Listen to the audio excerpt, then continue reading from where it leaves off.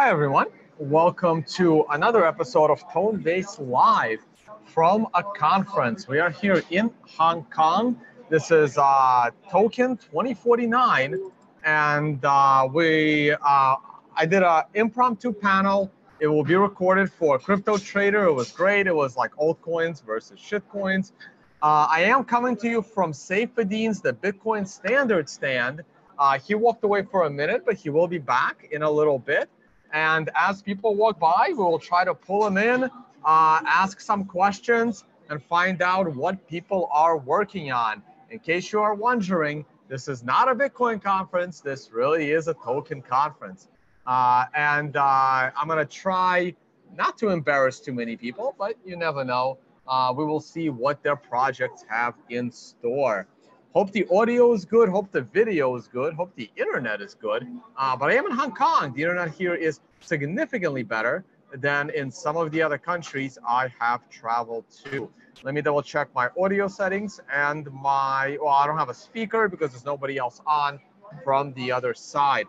Until I get someone or until Saifedean comes back, I know my lighting isn't perfect, but thank God it's a little gloomy out, so I'm not fully backlit. I already see Saifedean coming back, so maybe we'll have a quick chat with Saifedean, and then we'll take a look at some charts. I'm already live, man. Saifedean is back. Go ahead, do your thing. I'm going to take a look at the charts. You're already on camera there, and then we'll get you over for a few words and see if we can sell some books. We're going to take over Amazon here. All right, screen share.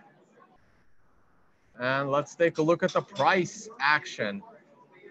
Man, I hope you guys enjoyed the law show this morning. I thought it was pretty interesting. I always learn a lot. Everyone is like, Tone is such an idiot in the chat. Yes, Tone is an idiot. Tone's not a lawyer. Tone pretends to be a lawyer, but Tone is not a lawyer. Though I'm almost ready to be my own lawyer, which a real lawyer, if I get into trouble, which a real lawyer will then call me a real idiot. Okay, now let's look at the charts. Here is, let's go straight to the weekly chart. Not really going to talk about the monthly. My computer got restarted. So the monthly chart remains slightly bullish with a bearish week coming in. Today is already Wednesday. The week is almost halfway done. It's a bearish week, but it's pretty much a neutral week. We are hanging in there at 38.50. Not much to say other than the weekly chart remains in a slightly bullish posture. So with the daily chart is getting dangerously close into the 128-day moving average. Now, because it's slowly moving into the average, that has a high probability of breaking the moving average. Let's see if the price can get squeezed between the two moving averages, and something's going to have to give. As of now, the sequential is telling you not to touch this trade. All right, have a seat, Safe. There you go. This over there, is that fine? Or should I sit here? No, you're going to sit here. There you go. Let me just finish up the price action real quick. Sure. So I am screen sharing, I'm assuming. And yep, we can see right there. And we don't need the second troll box. One troll box is enough. Guys, feel free to throw in some questions for Saifedean in the live chat. Saifedean will keep an eye on that, and maybe we'll just answer some of your questions. I just need 5 more minutes to finish up the price. Sure. The sequential is totally neutral. You have price flips. The sequential is telling you don't trade. Yesterday was a nice bullish-ish candle, but today's candle is not really doing much, so it's kind of flat. The 12-hour chart, once it loads, is also neutral on a bullish price flip. The last couple of candles on a bullish posture with moving averages supporting the price. The 12-hour chart, I would lean bullish, but officially it's also on a no trade. The 4-hour chart. 4-hour chart is leaning bullish. It's being supported by the moving average, but this is not a good looking candle. If we close in 52 minutes in this area, if the next candle trades down, there goes your bullish posture on the weekly chart. Last but not least, the hourly chart, which is generally irrelevant. We have Ray.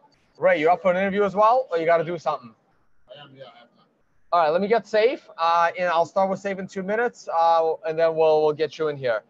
If you're bored and have time, if you can grab another chair. Ray of Paxful right here just bought the book, got it signed. We'll get you as well. Man, I don't want to do price anymore. I want to start interviewing you guys. You're too tall. You need a chair. Shit, we have to find a chair. While you look for a chair, let me take one question. Safe, all right. beef or lamb? The answer depends on where you are. When I'm in North America, it has to be beef. Lamb in North America is just not good. When I'm in the Levant, when I'm in Lebanon, or in the Middle East in general, lamb there is excellent. We have the fat-tailed lamb. It's really fatty. It's really delicious. So I eat mostly lamb in the Middle East. I eat mostly beef in North America. That's my answer. No, that's a really good answer actually, because for me, like actually Europe has pretty good beef. Australia has pretty good beef as well. Yeah. But in certain countries, like when I was in India, there is no beef. So your only option becomes lamb. Yeah. But when I was in Morocco, I also went with a lot of lamb. So in those countries, I go with lamb. Yeah. But yeah, good question, guys. That was a good one. Yes. Like I just always feel like lamb has like if I don't know the beef, lamb has a way higher chance of being natural and organic versus beef being it's harder to feed lamb crap. Yeah. See, the other problem I run into, speaking of go, so the definition of mutton is different based on what country you're in. Really? Yeah. So in the Middle East, mutton is sheep. Yeah. But in India, mutton is goat. Oh, really? Yes. I did not know that. Yeah. Now I know. Yeah. So it took me a little while, like, man, because I didn't want to sound like an idiot. Like, what's the difference between mutton and lamb? I would have assumed it's the same thing. It's like beef and cow. Correct. No, it's like beef and veal. Oh. So it's the age. It's the age of the lamb. So like an adult lamb is mutton, and a young lamb is just lamb. Really? Yeah. Today I learned. Yeah, it took me a while on that one too. So next time, you especially in like when you're like in Morocco and stuff like that. In India, lamb or goat? Lamb is goat. How does that? No. Mutton is goat. Lamb's lamb. But like in Morocco, goat and mutton.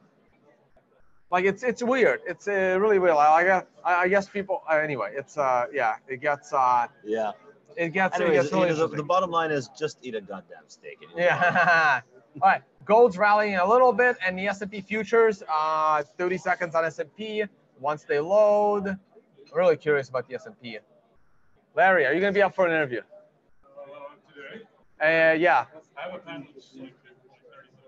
After that, just come on over. We'll all be streaming for like an hour and a half. I'm interviewing Lana. Got Larry Cermak right here. Yeah, guys have read his articles, and he's unreasonably taller than I ever expected. Holy shit. Might even have to put him on the floor so we can be at the same height instead of a chair. The S&P is recovering nicely. It's leveling off 2 big days, and it's still in a bullish posture. All right, enough screen share. Let's talk to Safe. Yeah. You did a talk this morning, and how do I stop screen share? There it is. Okay, cool. All right, now we're on the big screen. Okay, so how was your talk this morning, man? Unfortunately, I was forced to miss it, but I hope it was the same one you did at Unconfiscatable or similar. No, it wasn't. It's the at Unconfiscatable. Actually, I did it. The talk that I did there was the first time that I'd done it, and I haven't done it since. Okay. It was the only talk that I've done that wasn't about my book. It was about the stuff that I covered after the book. But that was because at Unconfiscatable, most of the audience was familiar with my book. Yes. So it made sense to do that. But here, I think, most of the people, most of the audience weren't really familiar. So I went over with my basic presentation, discussing some of the main ideas in my book, overviewing and reading. Oh, yeah. Okay, cool. So I didn't miss much because I have read the book. And by read, I mean heard the book on tape. Hey, we got a good question for you. Yeah. What's your opinion on the ECB tweet admitting that they are printing money to buy assets? I'm gonna take the questioner's word for it that this is factual. Yep. Your thoughts? Japan's been doing this for a while. I find it insane. But what is your thoughts on the ECB doing it? I mean, they've all been doing it for a while. It is insane that they're doing it. It's nice that they're so open about it now. The guys running the Twitter account think it's just completely normal and healthy to be explaining it. And someone was saying on Twitter, somebody responded when I posted this, somebody responded with, these guys are ballsy or these guys are cocky, rubbing it in people's face. And I told them, no, I don't think they're being cocky or rubbing it in people's face. The people who work in these kinds of central banks, this is how they think. They think what they're doing is helping the economy. They think the central bank is some kind of magical institution for which the rules of economics don't apply. And they, if there's ever a problem in the economy, thanks to the genius of Keynes, who made us realize that central bank is magic, then we can just print money, buy assets, and then the assets recover. It's absolutely fucking insane. It's absolutely demented that you would think that, if we just print a bunch of money and use it to buy some stuff, then we can fix the economy. It's completely insane. And you have to be absolutely stupid to believe this. There's no other alternative. There is no possibility. Like, you can't say this is honest intellectual error. You can't say this is just somebody, being wrong. Or it's that really you have to be an idiot to believe that this can work. And because if it's simple, basic common sense. You can't print resources out of nothing. But I love the fact that they're becoming more and more open about it, because what Bitcoin is doing is it's opening people's eyes up to the fact that it doesn't have to be this way. Things don't have to be like that. Things can be different. And if you, we can have a monetary system that doesn't rely on government continuing to print money to save the economy and create assets. All right. Okay, my own question, even though we got a lot of food questions coming in. You wanted the book? You wanted one? All right. Safe's got to work. Yeah. Gotta shift some books. Do you want me to sign it for you? Yep, go for it. You have enough rope right here. You're fine. Yeah. You got enough. I can hear you. I can hear you. Yep. Safe can still talk. Safe's gonna make out a book. And from the American University, right? Mm-hmm. All right, guys, keep the questions coming, and we'll try to interview more people. So what are you shooting here? It's like a blog or? It's. I'm checking your question. You're still on, but if I grab this, you won't be. So maybe we'll put it here.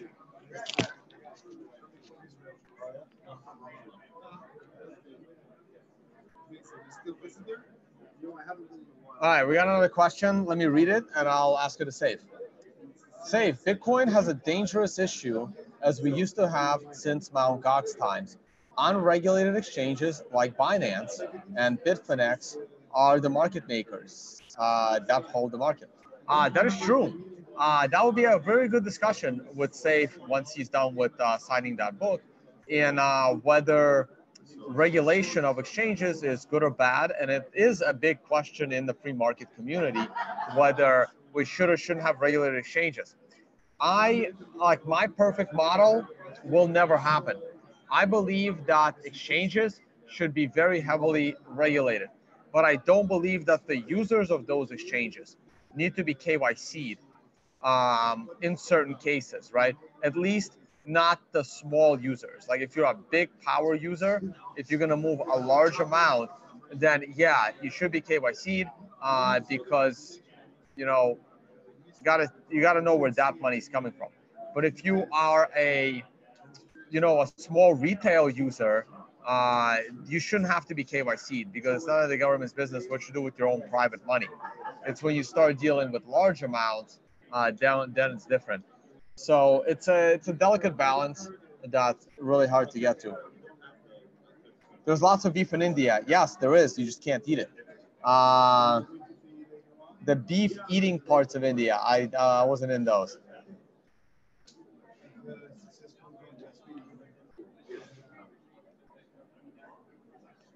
Oh no, that's hey, cryptocurrency. Hey, so we have a good question. Yeah. You got that higher. Probably better, like up there. Mm-hmm. A little higher. Yeah. Perfect. Okay. So here's the question, right? So the majority of the price discovery of Bitcoin is still being done on unregulated exchanges, whether it's Binance, whether it's Bitfinex, and the regulated exchanges have very little value. I heard earlier on a panel when they were talking about how do they figure out the price of Bitcoin, and the guy said that their index that they're using is actually an OTC index. So they have a line to, like, the big OTC dealers, I'm not sure about Kraken, but like Circle and Gemini and Cumberland, and somehow they get their data, which I'm not sure why they would want to share that. And that's how they get their price of Bitcoin, which I would think would be somewhat elevated, but not necessarily, because they get cut from both sides. Anyway, I'm going to get to the question. So the question is it better for the Bitcoin market that all of the trading is being done on regulated exchanges versus the free-ish, unregulated market we have now, it's a delicate balance. If you put a gun to my head, I'm going to lean to regulated exchanges, but I'm curious where you stand. Well, I'm not entirely sure actually. I can't seem. It's not something I've thought about extensively, and I can't seem to develop strong opinions either way to give you an answer on it. You know, I'm curious why you think regulated is better. Because the regulator also, I mean, with all the bad stuff that the regulator does to the person trading on that exchange, they do take the exchange manipulating the price internally very seriously.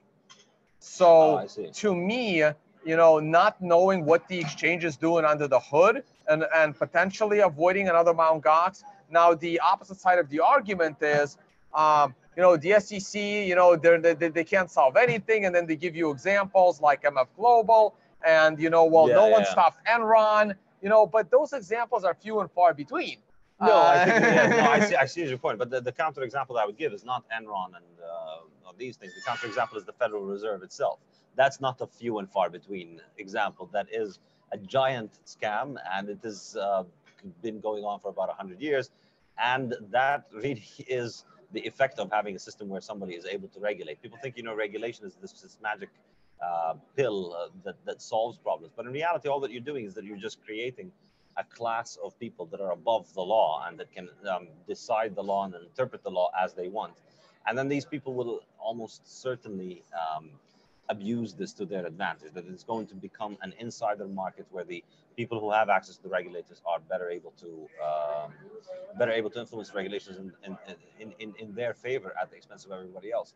So therefore, I would say that, you know, having unregulated exchanges might be worse off in the beginning, might be worse off in the, you know, there'll be some painful lessons to be learned from it.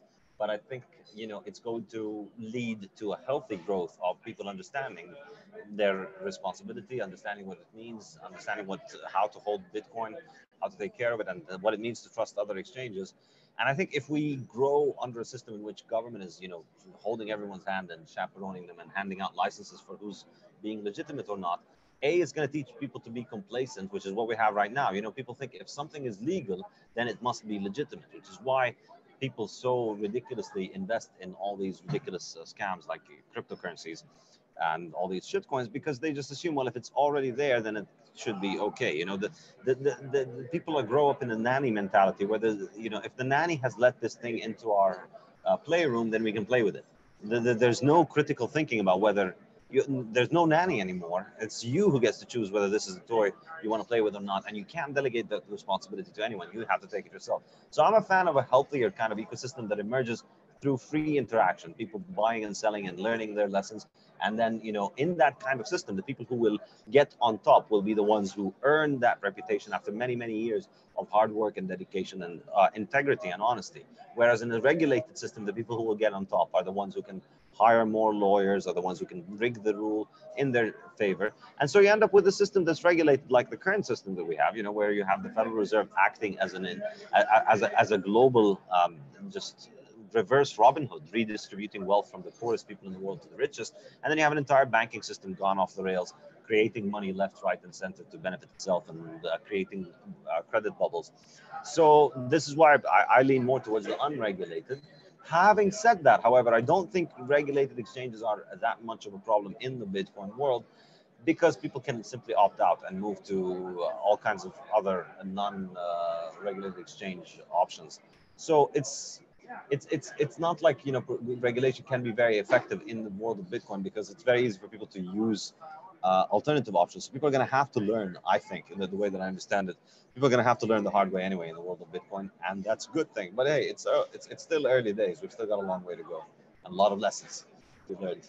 All right, cool. We have other questions, and this question is exactly what we talked about in our little panel of altcoins versus Bitcoin earlier today. It was myself, Saif, Peter McCormick, and Alex.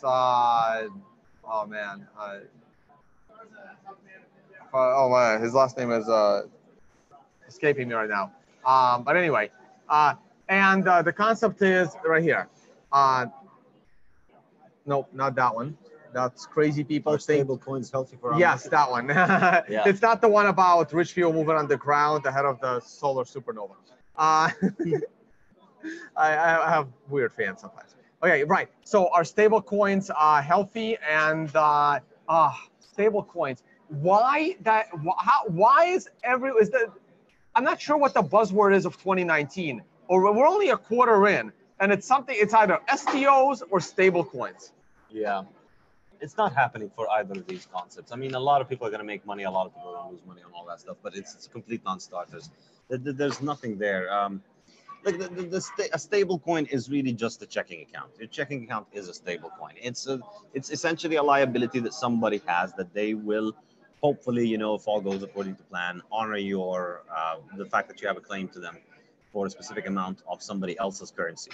So there's nothing really exciting about somebody inventing a new checking account backed by cryptocurrency.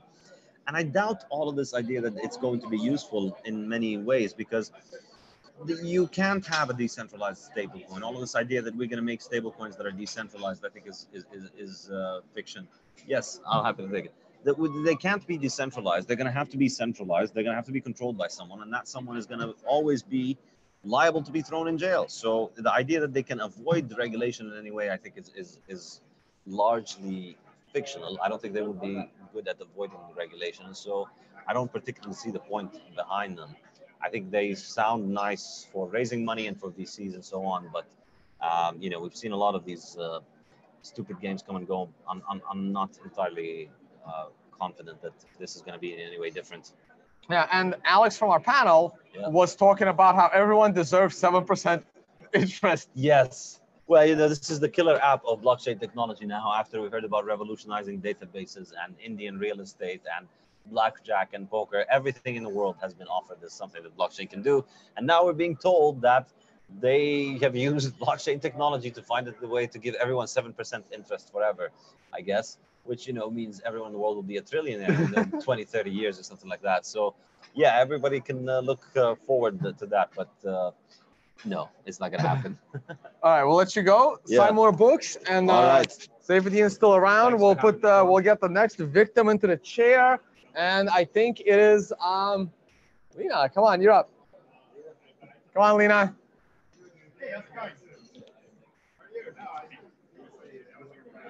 Cool. Have a seat. Let's welcome the lovely Lina to the Tone Vase show. I gotta clip this on somewhere. Oh my God, I did not come prepared. Well, I'll let you do it before I get in trouble. Is that okay? There you go. Perfect. I was just doing the paparazzi work. Oh no, you're doing great. So, Lina, tell us who you are, where you're from, and what are you doing at the conference? Okay, cool. Where do I look here? Yes, you look right at the camera. Hi, I'm Lina. I'm from Germany, but currently staying somewhere in Asia the past 4 years or so. Also see you. Oh, right there. Okay. Yeah, I'm here at the conference this time with one of our projects. I don't want to, you know, do like shameless self-promo.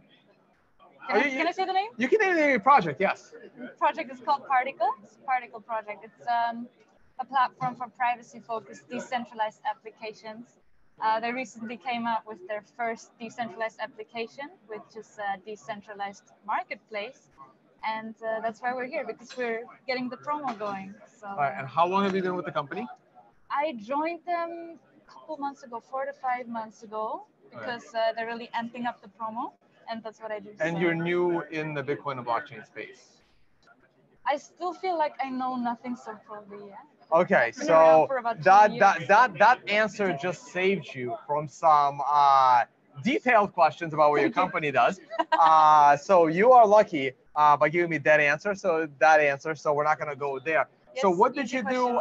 So you live in the Philippines. I don't live anywhere. You don't live anywhere. You spend time in the Philippines. Answer. Yeah, at the moment I'm in the Philippines. So I've been somewhere around Asia the past few years, and I got stuck in the Philippines because I feel a lot of stuff is happening there. It's a bit of an underdog, I think, but a lot of startups are there. It's a very crypto-friendly environment, and you know, you have real-life use cases today for crypto.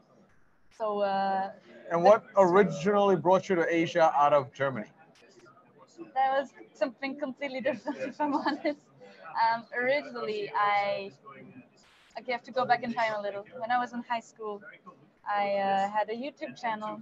I sang Japanese songs on my YouTube channel, and I wanted to become a rock star in Japan. And I got discovered, and by a Japanese musician, and I went to Asia to train. Did that for 1.5 years or so. Ultimately, I landed in the crypto space. Started doing PR, started community work. That jump does so not make sense if I tell the story like this, but I started with the Japanese startup actually, and they needed some translation for their roadshow, and I did that. You speak Japanese? Yeah, a little. And you speak Tagalog now as well? No, that one's hard to learn. not at all. The problem is okay, Japanese. They all speak English. Yeah, in Japan, it's a Japanese-speaking country. Philippines is a English-speaking country, and I'm not proud to say it, but I get a little lazy. Yeah, so I got into the space, and it really fascinated me, so I just stuck around. So how do you like Hong Kong? How did you like this event so far? It's really nice. It's not as hot as the Philippines. Oh, the event was really nice. I feel like if you compare it to conferences in last year or the year before that, obviously there's less people, but then again, you know that the people are here, or I feel that way. The people that come, the quality is much higher. So you know that the people that still come, they are in it for the ideology. They're in it to see what's happening, or to take part, or to just don't miss out. So it's, for me personally, I feel better going to quality events now than maybe during the hype, if you know what I mean. Yeah. All right, so is your YouTube channel still around? We're not gonna look it up. I'm gonna send my viewers on a treasure hunt to find your YouTube channel without knowing nothing but your name. But how many blonde hair, gray eye, German girls singing Japanese songs can there be? It's supposed to be white. Everybody says it's blonde. That really frustrates me. But okay, when I started my training to become a musician, I had to remove my channel. Some videos still made it up on the internet, but please don't search for them. That's the internet, yeah. All right, so what's the party plans for tonight? Because it's Hong Kong. You tell me. And you haven't gone out with us the last couple of nights. No, I just got here yesterday. That's why. How long are you staying? How long? Until Friday. Okay. And now I know you, so I'm Perfect. gonna follow you. Yeah. No, tonight there's this Ethereum meetup. I think I'm going there. And then I'm still looking for the coolest after party. Oh, should Tone go to the Ethereum meetup? I don't think they let me in. Yeah, no, there's a couple after parties tonight. Plenty of choices. Cool. Just let me know. All right, Give me your awesome. number. And I will. I'll Yes, you. you can get it right now. It'll be fun. Yes.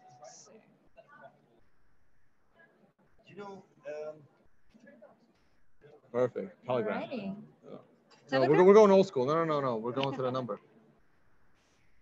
How is everyone? Oh, yeah, they're right there. There They're you all are. trolls. Cool. Tone wants to practice German. Oh, no, my people are terrible. So here's how I called myself, but I immediately canceled it. So it'll be in your. Cool, because that'd be expensive for me. It'll be in your recent. Amazing. Calls right there. Perfect. Wow, All right. I get your number. Yes, thank you so much. Are you ready for an interview? No. Why not? It's too late. You're Well, in the they're looking picture at your now. face now because the camera right there. This is really cool. All right. Anything else you want to say to our No, viewers? that's all I have to contribute to your show. All right. Thank you so much. It's a big honor for me. I got a copy of that. You should too. Oh yeah. Oh yeah. You got a copy of the book already. Yeah, the signed Yes. one. All right. So I'm gonna be really forward right now. I'm gonna take that off. There you go. Okay. Thank you so much, and good luck. I wish you luck with the company. And if your boss happens to be walking around, I would love to ask him how you build a decentralized marketplace. It's built on the Bitcoin Core code base. That's how much I know. Okay. Well, it's a good start, but we will find out. So at the next conference we meet, you will be getting the tough questions. Oh, okay. Maybe. I will prepare. Perfect. Thank you so much, Lina. Nice to meet you.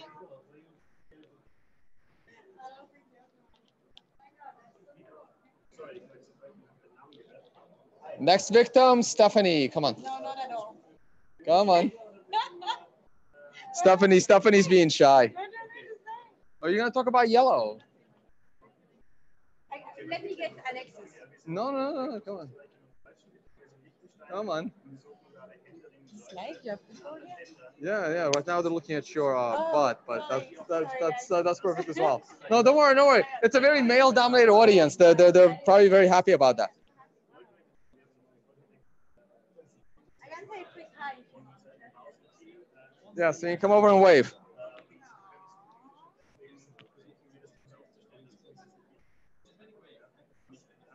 Everyone, meet Stephanie. You know what? I need to do this. Hold on, wait. I'm gonna clip that on. There you go. This is great. I gotta interview ladies more often. We're gonna do this so people actually get to see people. It would have looked weird if I did it right in the middle of Lina's interview. There you go. Now people get to see you. Cool. So what does your shirt say?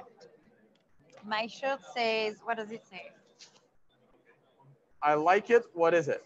It's Bitcoin, of course. Ah, awesome. What else? All right. So, Stephanie, where are you from? What do you do? I'm from France and Switzerland. Perfect. And you've what do I do?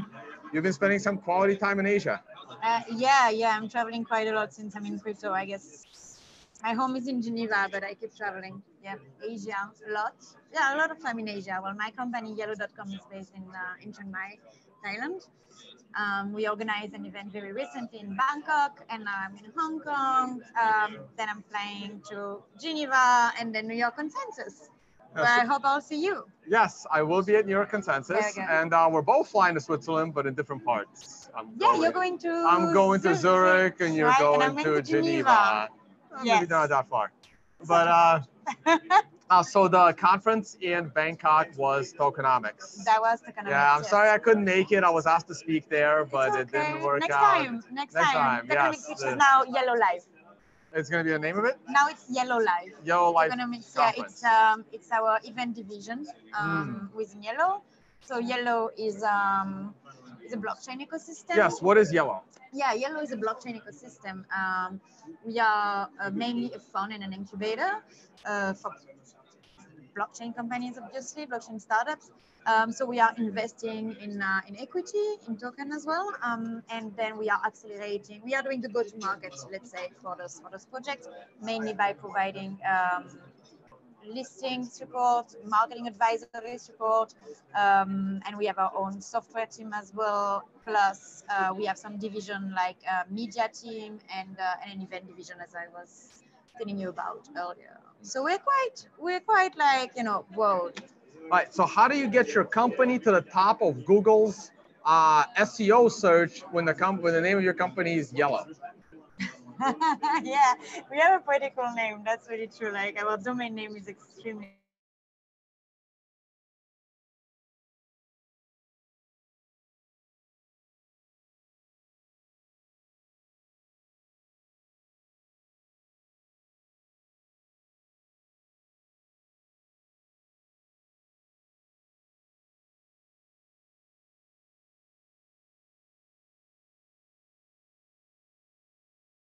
Hold on. We're back. We're back streaming. I don't like the fact that it was lost, which means I may want to switch to my hotspot because it will probably might be more stable, but we are back. We're back. We are, I think so. Hold on, let me see. Tell me we're back. Are we back? Are we back? Are we back? Yes, we are back. We are back with Stephanie. Stephanie, who is one of the only one, I guess, here on Snapchat. Yes, I'm pretty sure that out of in this room, I'm the only one on Snapchat. It's cute. It's good. It's awesome. Gen Z is on Snapchat, and Gen Z is the future. So if we educate our, kids on Bitcoin, they're on Snapchat. We need to be on Snapchat. Yes, I know. I'm still trying to get into Instagram. By the time I figure out Instagram, everyone's gonna get off Instagram. All the kids. We'll get you on Instagram. Hi, very cool. How are you enjoying the conference so far? It's great. It's great. I actually woke up very early in the morning to see this one. This is why I woke up very early in the morning, actually. Yeah, that was the speech that I wanted to see. Did you enjoy it? Did you enjoy it? I did enjoy it. I did enjoy it a lot. And no, yeah, the conference is great. We have a good party tonight with Bitforex. That's right, you do. Yeah, I'm actually, Yellow is in a discussion for a very interesting partnership with Bitforex, and a lot of interesting announcements are gonna come between Yellow and Bitforex. All right, I'm gonna have to stop by. Yeah, yep, Awesome. absolutely. All right, I will be there. All right, thank you so much. Thanks. We put you on the Thanks a spot lot. enough. I'm gonna go ahead and take care of this. Thank you. Perfect. Thank you. Oh wait, since you're French. Thank you so much. See you later. All right, let's see who else we can find. Lots of interesting people here, guys. Everybody seems to have walked away. Ray was here. Ray of Paxful. Yeah, the conference has been pretty cool, guys. Let me see. Where'd everybody go? Marad was here. We got a few interesting people here.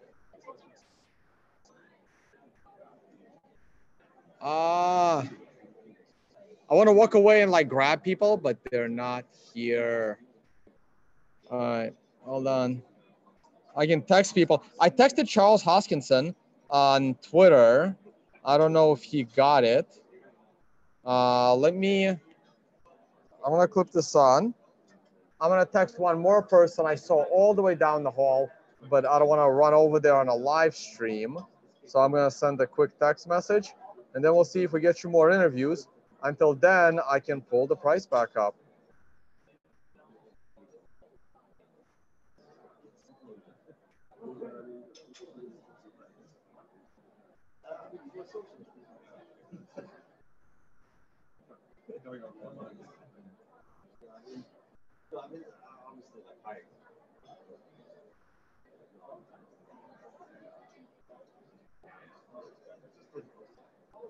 One second, guys.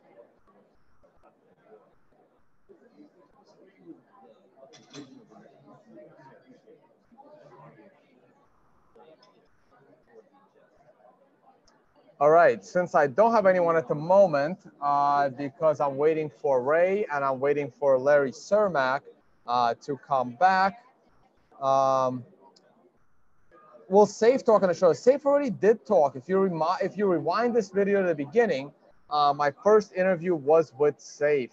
And then we interviewed a couple of very nice ladies. And I guess we can go take a look at Bitcoin, or I will take a look at some of your questions. I do have to do one thing real quick on my setup, since I changed the setup around.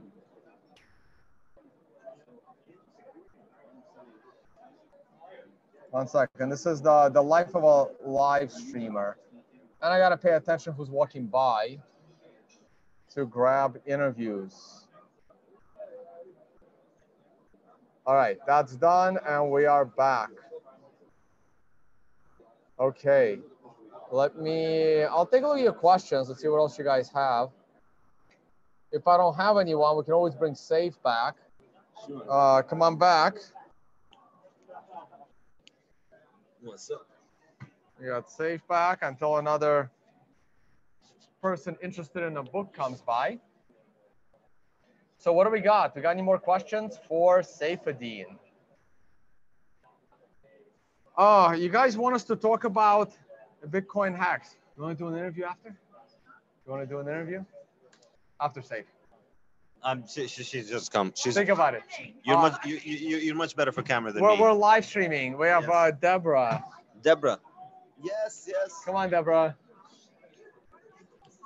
You're gonna talk about. Don't worry. I've been nice. Let me see. Deborah. How are you? Where is it? Where am I? That's okay. We have the camera right there. Have a seat. That is my phone. Yeah, but it survives. Have a seat right there. We have to clip this somewhere. Okay. I don't mind doing it. We'll do it there. No, wait. Other side. Oh my ears. There we go. Perfect. All right. Hi, Deborah. How are you?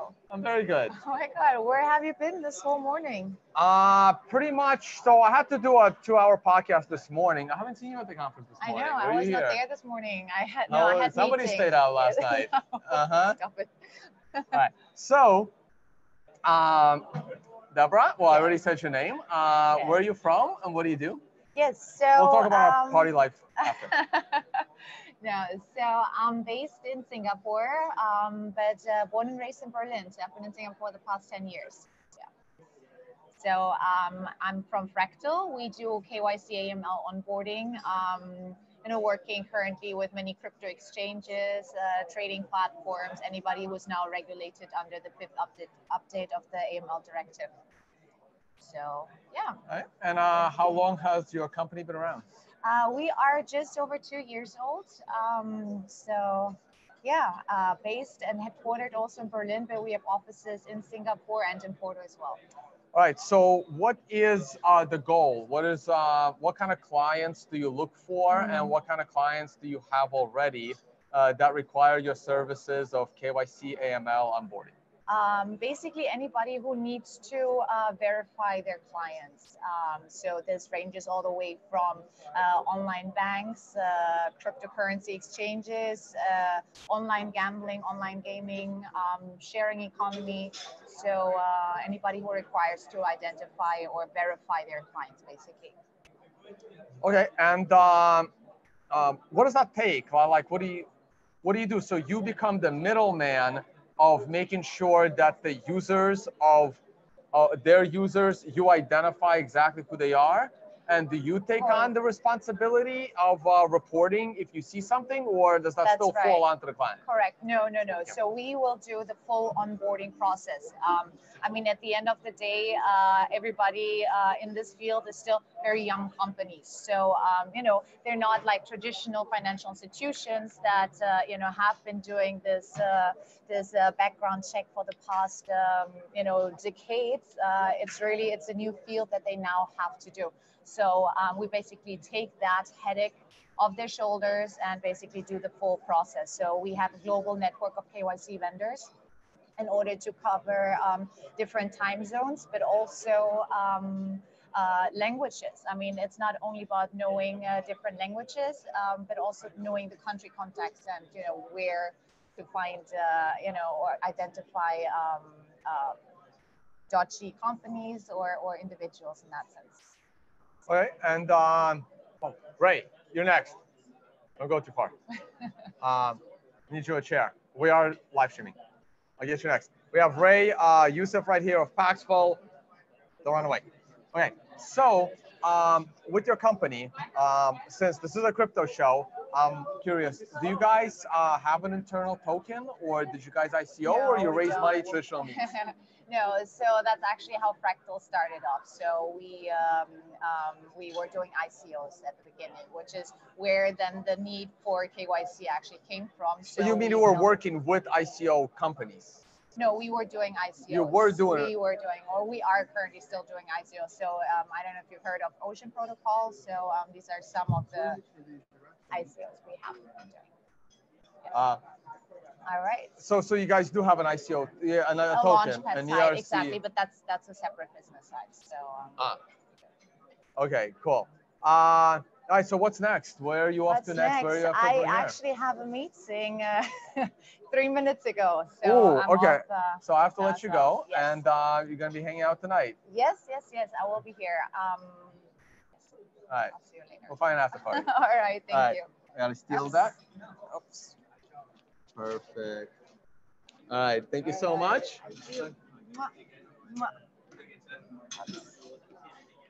All right. Ray.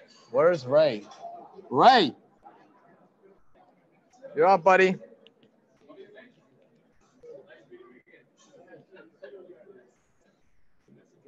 All right. Hope you guys enjoyed the interview with Deborah. Ray, come around.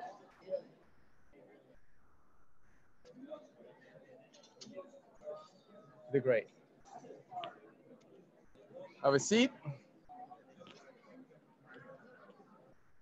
Not as enjoyable as putting this on my last three interviewers, but awesome. I like you too, buddy. All right, we got Ray Youssef of Paxful. You guys did a meetup. I was there. We talked about, and we did that interview from the car in New York. Yeah, man. So it was great. So what's the latest? What markets have you guys got involved in? But first, tell us about Paxful. And you and I go back a long way before Paxful, back from New York, man. Yeah, Bitcoin Center in New York. Yeah. Man. This guy's one of the original New York OGs over here, man. Arthur and I have known you for a while. So what's been going on, man? Well, first, in 2018, Paxful grew about 130% during the bear market, and we're just getting started.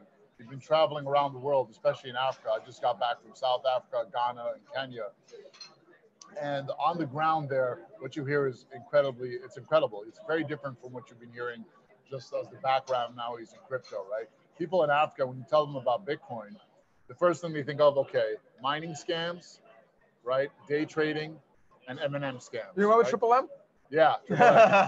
Not me, no. He died and they're still freaking doing it out there, aren't they? It's been ravaging Africa for like 10 years. Wow. It's absolutely insane, right? So that's when you talk about Bitcoin, that's what they think about. Primarily, our biggest challenge is educating people about another investment opportunity. And it's not investing in crypto and holding it. It's using it as a means of exchange, right? And they have a lot of money problems over there. For want to send a payment to another African country right next door, it's nearly impossible. The banking systems, even within Africa, country like literally across the border, it takes about 2 weeks and it's a nightmare to send money. So there's so much opportunity for peer-to-peer finance to help out people in Africa. And it's something that they do naturally. So this is what we've really learned.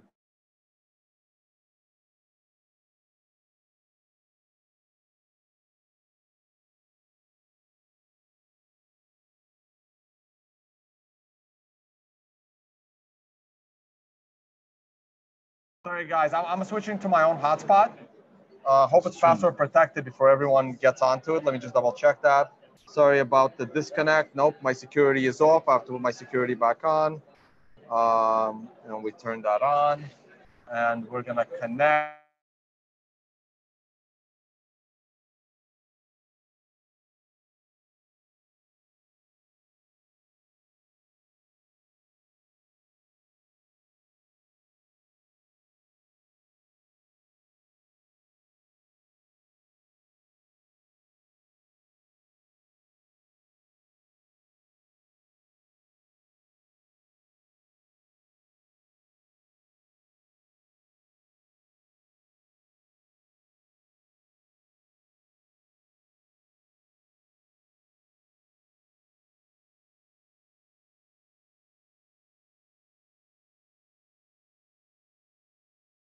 That, guys, we are back. I was not able to connect to my hotspot for reasons I don't know why, but in any case, we are back live. Hopefully the stream is still the same, and we're gonna continue our conversation with Paxful. And I know you were talking about the markets and how neighboring countries in Africa can't even move their money within the same company that is supposed to move their money. But my question is, what exactly is Paxful and what are you guys are doing about it? Paxful is peer-to-peer finance. Think about it like Uber for money. So at the simplest level, it's an escrow service, a listing service on a wallet, just like local Bitcoiners, right? But our focus is very different. We focus on the underbanked all over the world, and we have about 300 different payment methods, right? But what we're doing right now is we're building streamlined applications based on the patterns that we've noticed from our users, right? And we're out to solve real problems in the emerging world. Our first user base was the unbanked in America, and they taught us a lot. And the unbanked all over the world have very, very similar problems. Sending money outside of the country, buying things online, receiving money, selling things online, sending money to friends and family. There's about 7 true use cases of cryptocurrency, and that's the presentation I'll be giving tomorrow. So the first 2 are gray markets, right? And that came first, as always, then speculation. That's the age we're in right now, right? The age of the pump and dumps. You know, I think Mr. Sun was running around here somewhere. Yeah, you know what? He's got like his face on his giant billboard here, and if he walked right by me, I wouldn't recognize him. I've never met him. Like, I don't know. It's he's here. He's real. Yeah. He's not a. Yeah, Charlie Lee's lurking around here somewhere too. So is Hoskinson.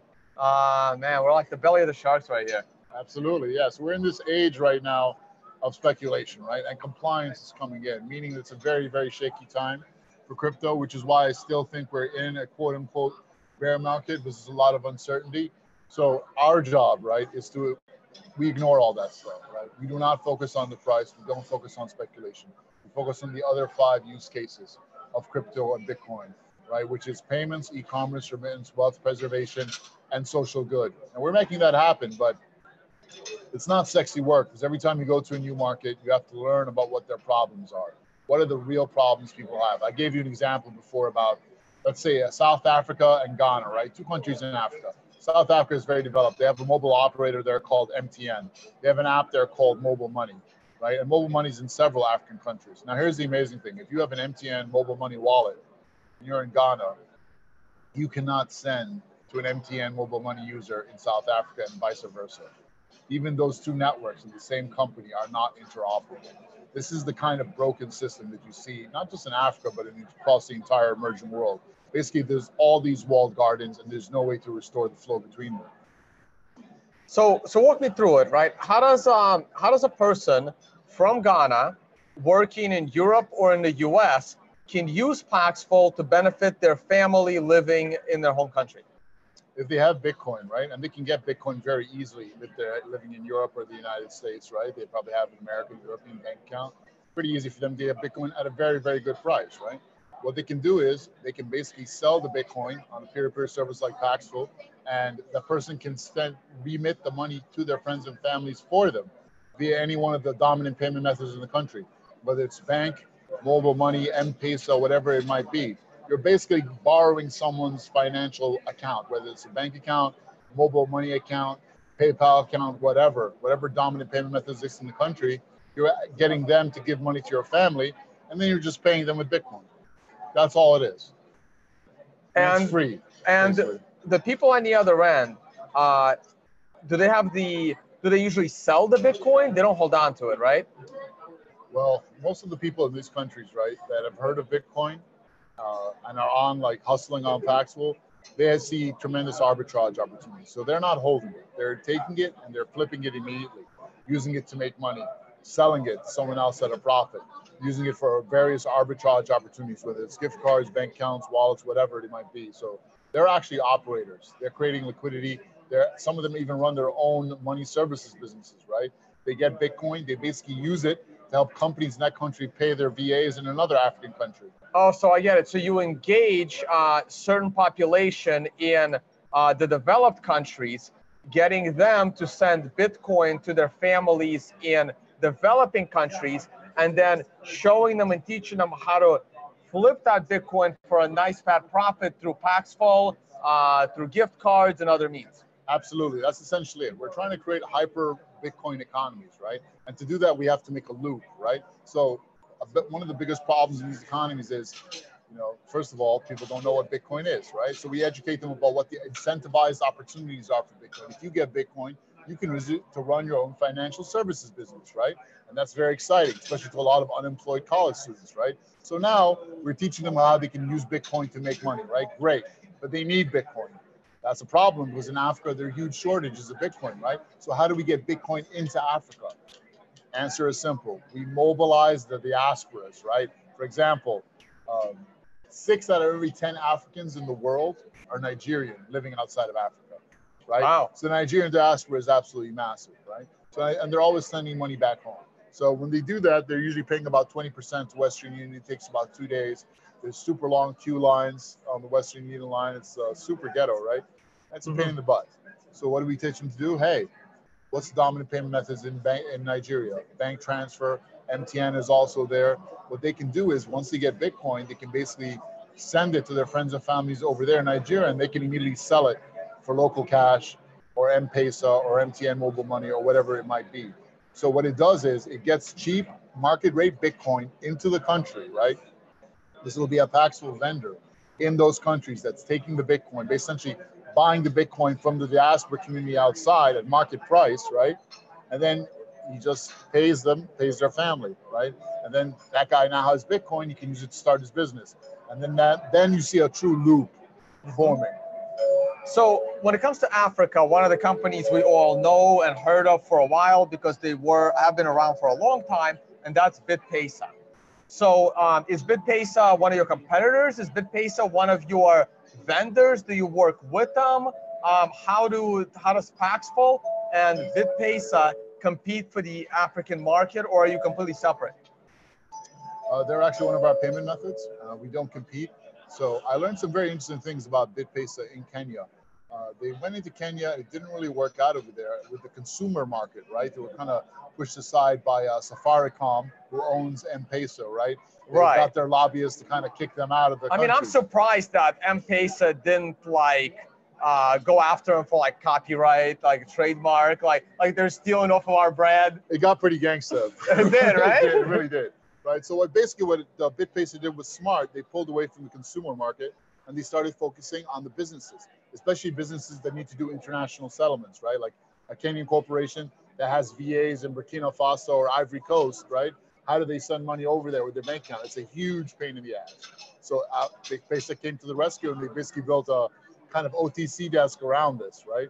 And basically you can do this on Paxful as well. So we don't compete, we work together. All right, one more question. I know I found this very interesting and fascinating.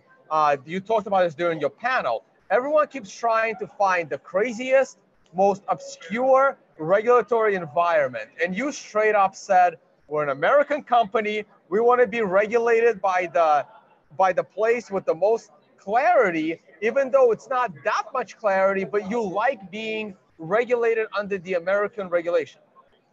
I'm American, we're an American company, so we have to make a decision. Are we gonna play footsie with the long arm of the US lawman for the next 10 years and run around the world?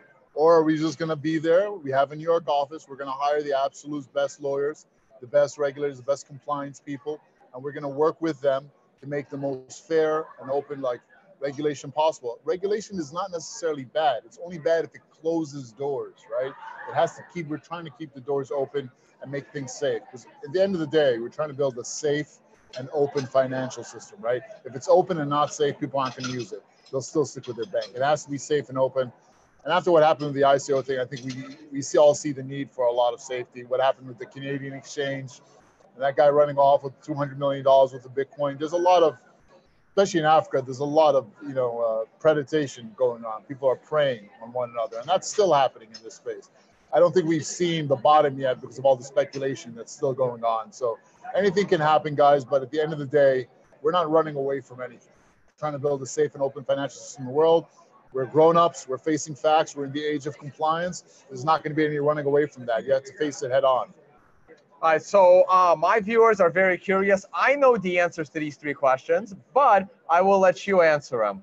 Has Paxful ever thought about an ICO'd or thought about an ICO? I'll ask all 3. Have you ever thought about an ICO or done an ICO? And the other one is, does Paxful accept other cryptocurrencies through their platform other than Bitcoin? Okay, so number 1, Paxful Wallet and Marketplace only supports Bitcoin. Paxful Wallet is Bitcoin only, and there's a reason for that. We believe there should be one universal clearing layer for the world. Everything else beyond that is a distraction. We're cool with these 67,000 other tokens existing, fine. They can be there and do whatever they want to do, but if you just talk to people on the ground, like someone in South America or Africa or whatever, they're just hearing about Bitcoin, right, for the first time. And you're going to tell them, okay, hold on, there's 67,000 other tokens you need to know. They're like, wait a minute, they're just typing into Google for the first time. Let's take it easy, right? So we support Bitcoin only for a reason. When it came time to give away the Bitcoin Cash from the fork, we gave away the Bitcoin Cash as Bitcoin plus 30% to our users, right? So on the Paxful Marketplace, you can trade other cryptocurrencies, but only for Bitcoin. So Bitcoin is the universal pair for everything. And that's the way it should be. Me and our tour, I wouldn't call us maximalists, we're more like optimalists. So we're very but your business is pushing your business into Bitcoin only to avoid confusion, because you're already dealing with a I'm trying to find a politically correct way of putting it. Let's say the financially educationally challenged group, because they don't learn a lot of finance, and you have to make it simple. Absolutely, and that's really what it comes right down to. You know, all the idealism in the world It doesn't really matter when you're on the phone with someone and they're trying to figure out how to send someone their Bitcoin address. You have to teach them how to copy and paste this long, scary passage. And then if you got to deal with, oh man, you sent your Bitcoin Cash to a Bitcoin address, and now you look silly, not understanding how to help to recover that. Absolutely. And that's what happened. We actually had to stop remitting the Bitcoin Cash that was sent to our wallets. It was just too much of a burden. It's unfortunate that all this confusion has damaged the little guys in the space. So yeah, we keep it straight Bitcoin for a reason. As far as the ICO thing, we have never ever invested in any ICO. I have not invested in one ICO. I got hundreds of offers to be an advisor. I rejected them all. I didn't even invest in one ICO. Have we ever thought about an ICO? Maybe for a split second, but you know, it was maybe a joke in passing. There's really no need for us to ICO. If we ever did anything like that, it would probably be all for charity or just a way to an experiment to distribute money to like the people that really need it in third world economies. But we haven't figured out a way to do that, right? So no, there's no Paxful ICO that's ever been thought of, conceived, or on the horizon. And that's a good thing. Awesome. Maxine, can you do an interview? Quick. That's more than enough. All right, one quick question, because I want to get it in there. Since you guys are in developing markets, what you guys are doing to help the developing markets by investing into their communities? Well, we are building 100 schools throughout Africa and the emerging world. We're calling it our Built with Bitcoin initiative. We just finished school number 2, and it's more than just a school for 1,000 children, ages 1 to 13 years of age. It's 5 wells, solar panels. We're building a clinic and a sports field. We are paying for their teachers' salaries. We got them a year worth of free health insurance. So it's kind of like these little complexes that we're building all over the emerging world. Next location might be Kenya, Ghana, this one town in Colombia that gets 50,000 Venezuelan refugees a day. We haven't really decided yet, but the plan is to do this, working with the community, and there's some big players that will be coming in soon, God willing. So me personally, I'm thinking ahead like Dr. Xavier style, here, schools for gifted children around the world. So in my opinion, building schools is probably the second best thing that we can do for people. The first best thing is to teach them how to run their own businesses and create their own wealth, and peer-to-peer finance is the way to do that. That's awesome, Ray. Thank you so much. Hey guys, Ray Youssef of Paxful, and hope you get the regulatory clearance to go into Venezuela one of these days, man. Good luck with that. I know you want to, right? We'd love to help the Venezuelan people. It's a very uncertain situation right now. Who knows what could happen, but hopefully the people will come out ahead. I really do pray for them every day. All right, thanks, man. All right, guys, hope you enjoyed that interview. Ray, known each other for a while, man. Keep doing what you're doing, man. Love it.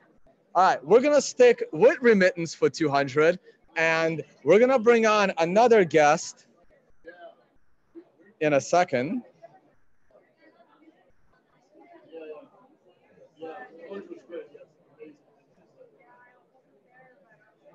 All right. Oh, it's all right, Maxine. Dead air. Come on. We're bringing on the lovely Maxine Ryan, who just got off the stage. All right, we have to click that on. Awesome. Thank you. Thank you. Have a seat. Hey, everyone, we got the camera right there. Maxine, welcome to the show. Yeah, welcome to the Token2049. It's been ages. I know, it's the first time you've been on my show. Yeah, it has been. So I know Maxine for a while, met in 2015. Yeah. And you're out here in Hong Kong. This is your hometown. Yes, it is. So you know, BitSpark, it's based in Hong Kong. This is where our headquarters are. And essentially, it's really great to see Token2049 being one of the premier cryptocurrency shows in Hong Kong. It's great to see. Awesome. And you were here last year as well for their event. Yes, I was. Cool. So do you look forward to when events come to your hometown? I do, because usually these events are in like the US or in the West. So it's really great to see kind of the Asia crypto scene growing. And it's really events like these that bring people together. Cool. All right. So tell us about BitSpark. Tell us what you guys do. And what are the markets that you guys focus on? Yeah, great question. So BitSpark was founded in 2014 by myself and George Harrop, who's the CEO of the company. And really what we do is we bring bankless solutions for money transfers to the unbanked. So That means that businesses and individuals who don't have bank accounts are able to easily access cryptocurrency and send money in a tangible way. And the way that that's done is that if somebody has cash, let's say, they can go into a BitSpark store, and from there they're able to have a cash balance. And then they can essentially just exchange it or send it overseas. So we have about 7 countries plugged into our system in Asia and Africa, and about 500,000 cash out locations. So that means that really people don't even know that they're interfacing with crypto itself, but they're still able to have the benefits of it. So what are your top 3 countries where you are dealing with remittance? That's an interesting one. So our biggest corridors are actually Hong Kong to Malaysia and Hong Kong to Philippines, and also London to Nigeria. That's also been very big. That's an interesting one. But as Ray just pointed out, that like 1 out of 6 Africans is actually like Nigerian when they work somewhere else. So specifically London. Yeah, specifically London. I think there's a huge migrant population there, but mostly what we find is it's not so much individuals that are using our services, it's mostly money transfer operators. So that's really our main bread and butter, I would say. So the interesting thing about money transfer operators is that they're losing their bank accounts, and it's not because they don't have a license or anything like that. It's simply because banks have a perceived risk of their activity. So money transfer businesses, they deal with cash or sending money to emerging markets.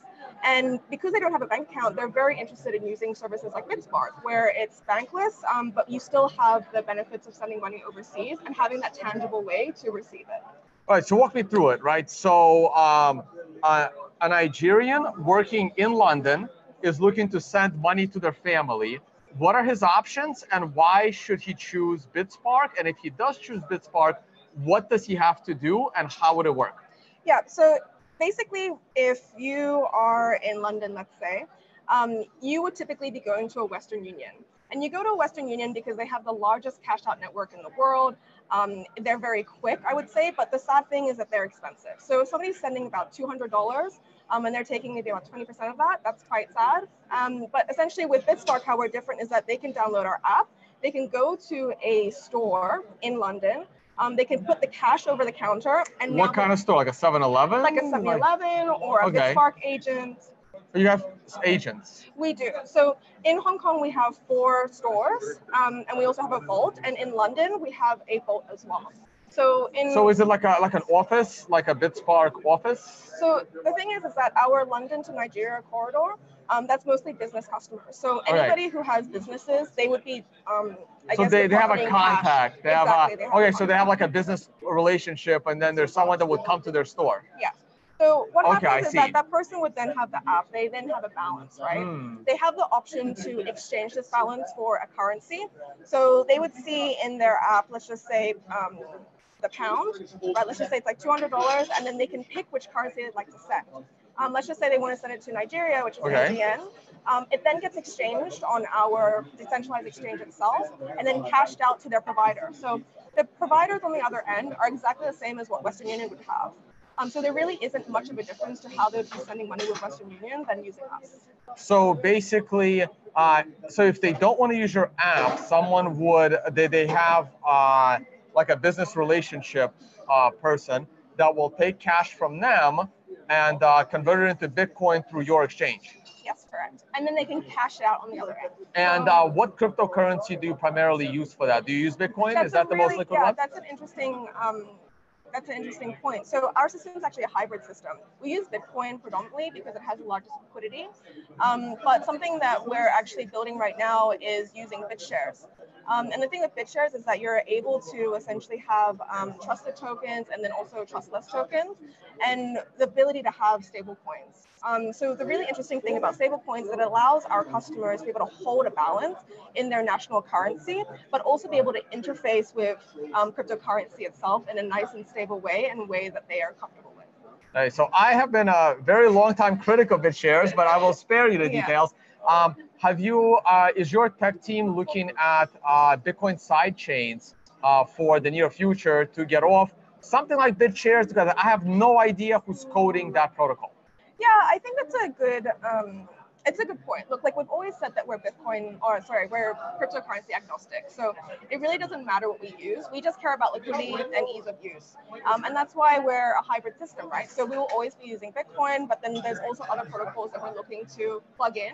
But I think the main point is we want to provide value for our customers. So if there is a request for a certain cryptocurrency they would like, we would always listen to that. It's really about market demand at this point. And if the person in the Nigerian person in London didn't have an intermediary and wanted to go through your app, how do they? Oh, they would go to like one of the stores, give them cash. So that person doesn't really use crypto. He has no idea. Yeah, and I think that's the benefit, right? So usually what happens is that people assume that people want to learn about cryptocurrency. And I think that, yes, that's a small portion of it, but the everyday person just wants to send money.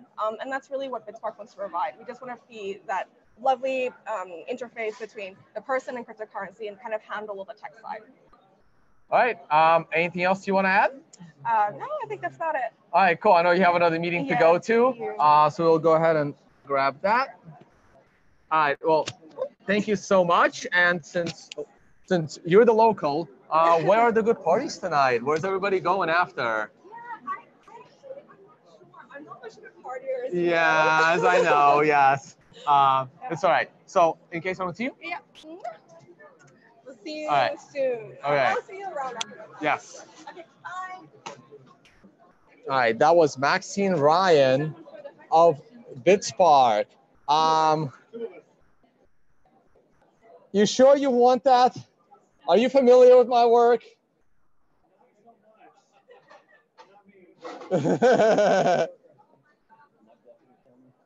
All right, let's do this. I actually want to hear, how do you build a decentralized marketplace? Because I'm under the impression that they don't exist. So this should be good.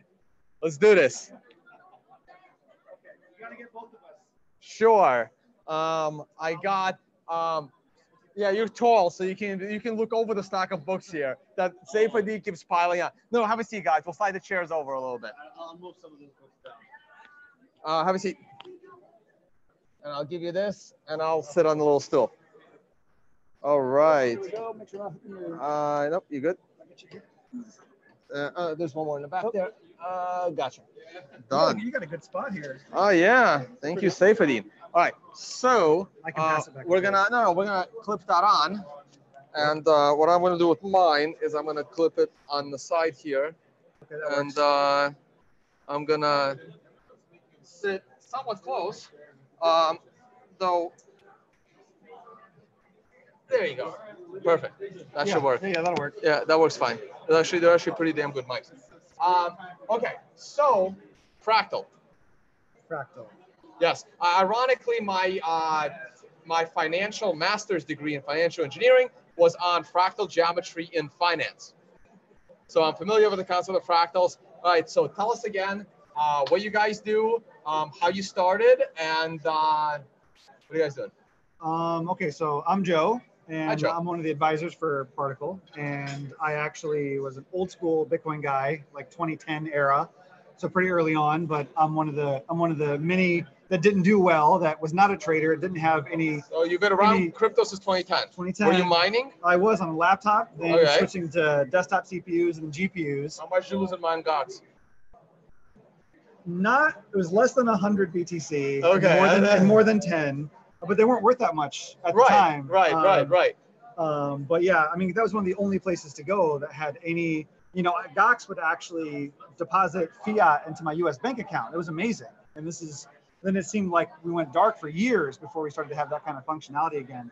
But I've been an Amazon seller and doing e-commerce for 7-8 years pretty strong, and seeing how predatory that e-commerce ecosystem has become caused me to just go full-time crypto. And of course, e-commerce and decentralization being meshed is what we're working on with Particle. So it was just a natural fit. So I gravitated towards the project very early on.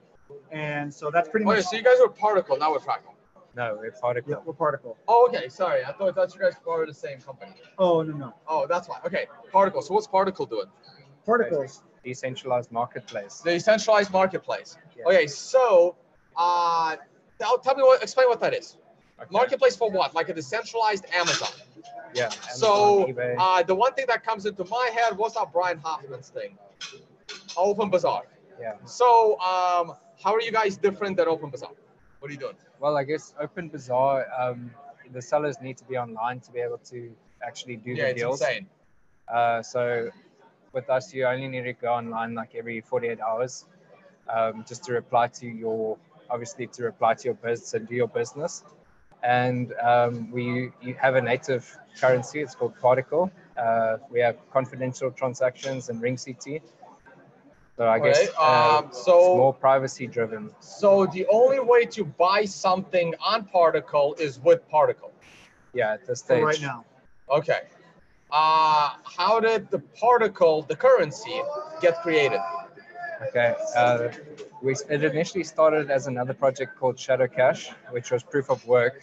Then that went to proof of stake, and we were kind of advised to get away from the whole image. Everything was a bit dark with Shadow, so we started a new project called Particle and allowed people from Shadow Cash to convert over to Particle.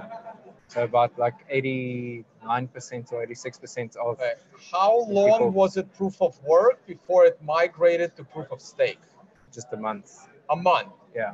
How many people do you think were mining that month, besides you two? It's actually hard to know. I was a very active miner at the time, and there were 700 people in the IRC within a few days, and the hash rate just kind of kept on exponentially increasing. My understanding was that the whole objective for the proof of work model was to quickly create a token emission, because the goal was to be proof of stake. But this is kind of before the concept of airdrops had been like somewhat perfected. And so how do you kickstart it? Right, but the general goal of going proof of stake, see, this is why you don't want to be on my channel. The general goal of going proof of stake, approximately a month after being proof of work, which was the Steemit model as well, is so that the few people that mined in the first 30 days, since no one's heard of this coin, get to then perpetually print money for themselves via proof of stake, and they no longer have to invest into the system.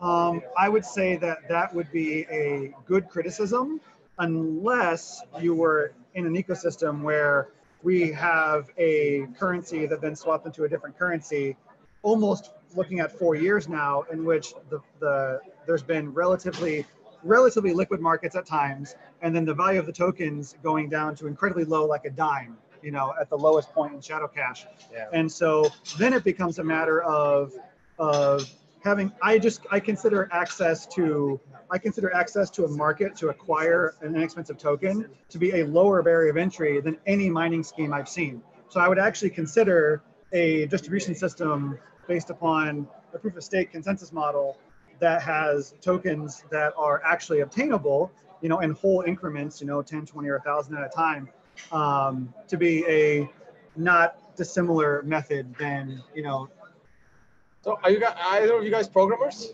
Yeah. You are, okay. So now you have Particle. People are Shadow Cash, you said? What was the prior coin? Shadow Cash. So Shadow Cash is almost gone, and it's almost been fully converted into the Particle coin. What exchanges trade Particle coin? There's Bittrex, Upbit, BitZ, Chainrift, Lightbit.eu, and Chainx. Chainx, and then a handful of other smaller dexes. I've heard of 2 of those, but okay. So how do you, and you have your own blockchain, obviously. Yeah. What secures it? How do you prevent stake grinding? How do you know what's happening under the hood? Proof of stake does have issues, right? Like Next was a big disaster with their proof of stake, and proof of stake has not really proven over time. Does that worry you that someone will have an unreasonable amount of stake controlling the coin? I don't think so.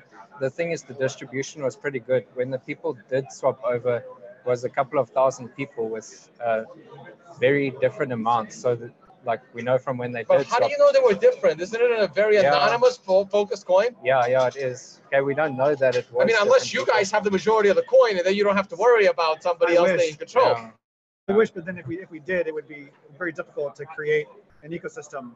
Yeah. You know, the goal of creating a marketplace is to actually increase decentralization through people conducting business with each other. And so that's kind of a whole other metric with which to try to get crypto adoption at scale throughout the world is let's produce an ecosystem that will save huge amounts of fees for the e-commerce world, whether or not you're doing personal contracts, guitar lessons, car mechanic, or trying to sell sneakers. At the end of the day, when my experience as a seller dictated that on a good day, I would lose 25 to 30% of a sale going through a traditional online e-commerce route. If I was the product manufacturer, like the broker, on a bad day, I'd lose half the sale. On inside of a proper system like a particle style open marketplace or even open bazaar, you're down to like under 1%. And so that pie is like, I'm just making this number up, but I would say that pie could possibly even be $1 trillion pie annually if you look at e-commerce across the entire globe and how much money is extracted from the seller and the buyer through intermediaries in the middle. And so that's one of the primary reasons why the migration away from a token during a time when everyone is waiting for a darknet market, that was of no interest to us. We're not after a few $1 million darknet market activity. We're after the multi-billion-dollar, like white hat style regular e-commerce model. And so if we can actually build an ecosystem that gives the buyer and seller the tools to be able to conduct trustless commerce without being able to scam each other, which is our entire goal behind our escrow system, we'll actually have produced a system that will be it'll be such a savings of revenue for the buyer and the seller, it will compel people to find the way to use it. And if that can happen, we'll be, creating greater decentralization.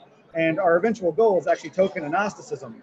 So, what is that? That's a new term for me. I heard of agnosticism, but what's agnosticism? No, I think it's agnostic. Yeah. Oh, yeah. Our goal is like crypto agnosticism in the purest sense. And we already have a growing number of the people inside the dev team that are already starting to figure out how we can poke around with the straight Bitcoin integration right off the bat. And that is obviously going to take some time because the whole objective to us actually having our own native token, which is actually on Bitcoin 18.3 right now? 1804. So we effectively we're running a proof of stake coin on Bitcoin code base that's both backwards and will be forwards compatible with the Bitcoin code base. But you took the load to the Bitcoin code base and you're not actually on Bitcoin, using the Bitcoin coin base, on the Bitcoin code base on your own chain. Correct. Yeah. Correct. Okay. And proof of stake. And it's proof of stake that also has ring confidential transactions, right? So the goal is pretty simple. The goal is to take all the benefits of the Bitcoin infrastructure, right? And the fact that it's the most hardened code base that exists. And it also is the easiest to develop for, is my understanding, right? I got a bunch of more questions. Sure. So what is the inflation rate of your coin right now? It's currently 4%. 4%? Yeah, it'll go down in August. And how many coins are currently in circulation? About 9 million. About 9 million, and you're at 4%. So you're similar to Bitcoin in the emission rate structure. Yeah, I guess. And but it's going to be infinite 4%, right? Yeah. It drops to 2. No, sorry, it drops to 2. It drops to 2, and then it doesn't drop anymore, and then it's 2% inflation forever. Yeah. Okay, that for a proof of stake, that's what I would expect. So, how many merchants you guys have? Like, what kind of stuff do people offer? And then we're going to talk about how a website can be decentralized, but that's a different story, right? So as it stands right this second, we're actually at the show to unveil our final alpha build on testnet, which we're hoping to go live inside 30 days on mainnet. Final alpha on testnet. Yeah, you know all the terms, right? You want to rephrase that? Yeah. It's just our latest alpha build. I don't know where the final comes from. Yeah. But we're adding one more piece to the puzzle, which is just the confidential transactions for the escrow. At the moment, we're just using a two-party multi-sig. And how long have you been working on this project? 2 years. 2 years. And you're still on testnet in alpha, and you're going to go to beta in testnet, or you're going to go to alpha in production? No, we're going to go to beta on mainnet. go to beta and mainnet. So you just skip 2 steps there, right?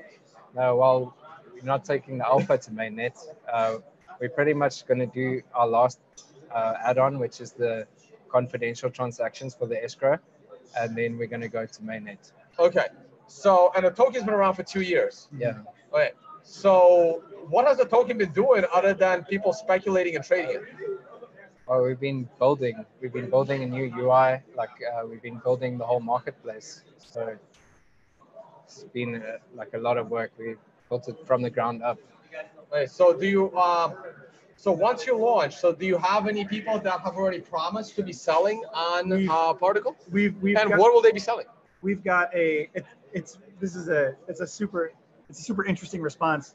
We've got a small handful of about a dozen aggressive people that have been waiting, that are harassing us all the time, that want to sell a small cadre of interesting things, from nootropics to like heirloom olive oil out of Italy. I had an hour-long phone call. Heirloom olive oil. Yeah, like a small family estate that only produces like 600 liters a year. Okay. And they're tired of being gouged by the brokers and intermediaries they typically sell through, and they want to get the maximum revenue. So they're looking for like a global market to sell upon. How do you offer them a global market? They'll be the first seller there.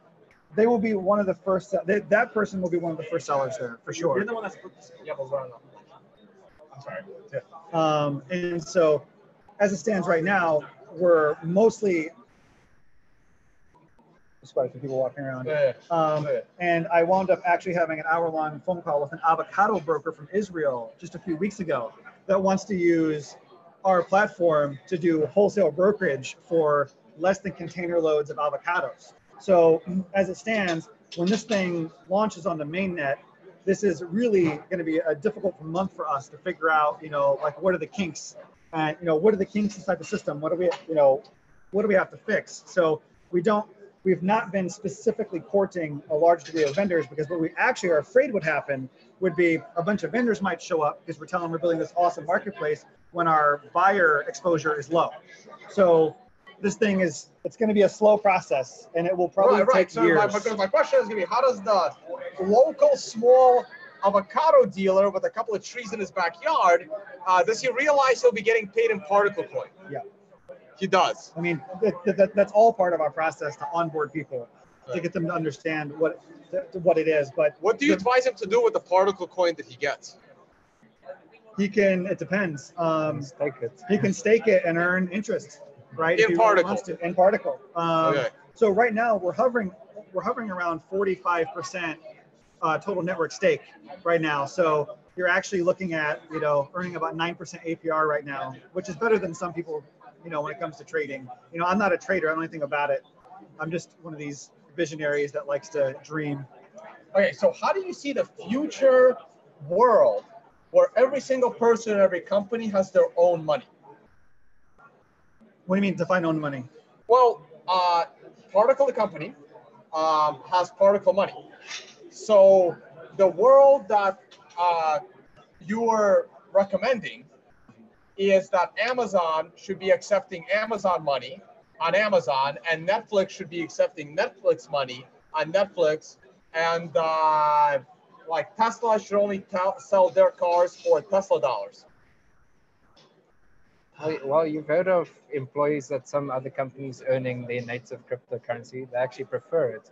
Only in the crypto space. Yeah, that's true. That's true. But like you do get stock, right? Like I've worked at big companies before. And you get company stock as bonuses. Stock is pretty volatile, and it's given to you as a bonus. And they actually restrict you from selling it because they want you to be kind of like an investor. But it's more of a bonus. Yeah. However, a stock is a regulated thing. It's a regulated security.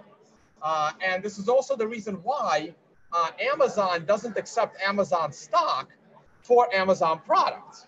This was one of my arguments against creating a bunch of money, and I'm a believer, hey, you build something, you let the person use the money that they're used to and not offer them new money being printed. And because the economics of it will kind of migrate, because if your system works, and we still haven't even talked about how do you build a decentralized website, because at the end of the day, your website is centralized. if a government with enough guns shows up, wouldn't your website go down? Oh, well, it's an app. So it's an app. Yeah, it's an app. But the app is on Apple Store, or I mean, the Apple is going to be harder for you to get, right? Google, Android is going to be easier, right? It's a desktop app at the moment. It's a desktop app. Yeah, so similar to like Slack as an app which you can download. Okay. So you could either build it from source or you could download it. But the app's development is centralized.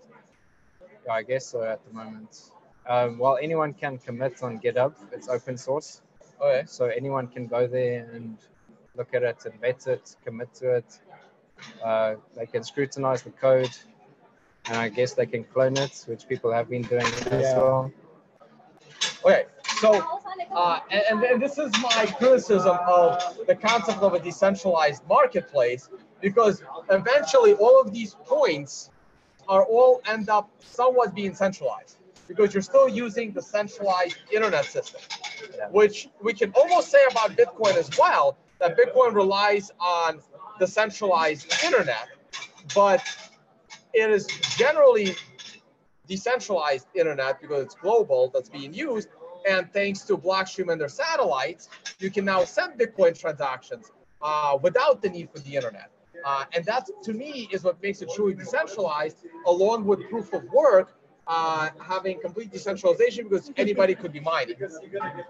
I would so very this much, is my challenge. I would very much disagree with the statement that anyone could be mining. I mean, it's anyone with money can be mining. Anyone with money can be mining. Well, whereas you were mining without money back in the day, right? Well, yeah, at one time. Yeah.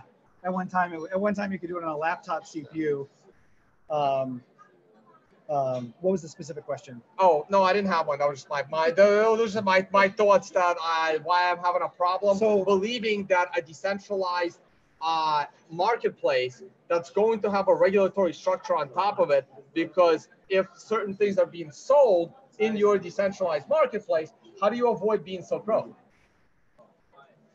How do you avoid being so? How do you avoid being Silk Road? Or do you want to? Do you not want to be a boy? No, do you not? no. Do you want to replace Silk Road, or how do you avoid being Silk Road? Sorry, no. We've been building a decentralized governance system, so all the holders get to vote.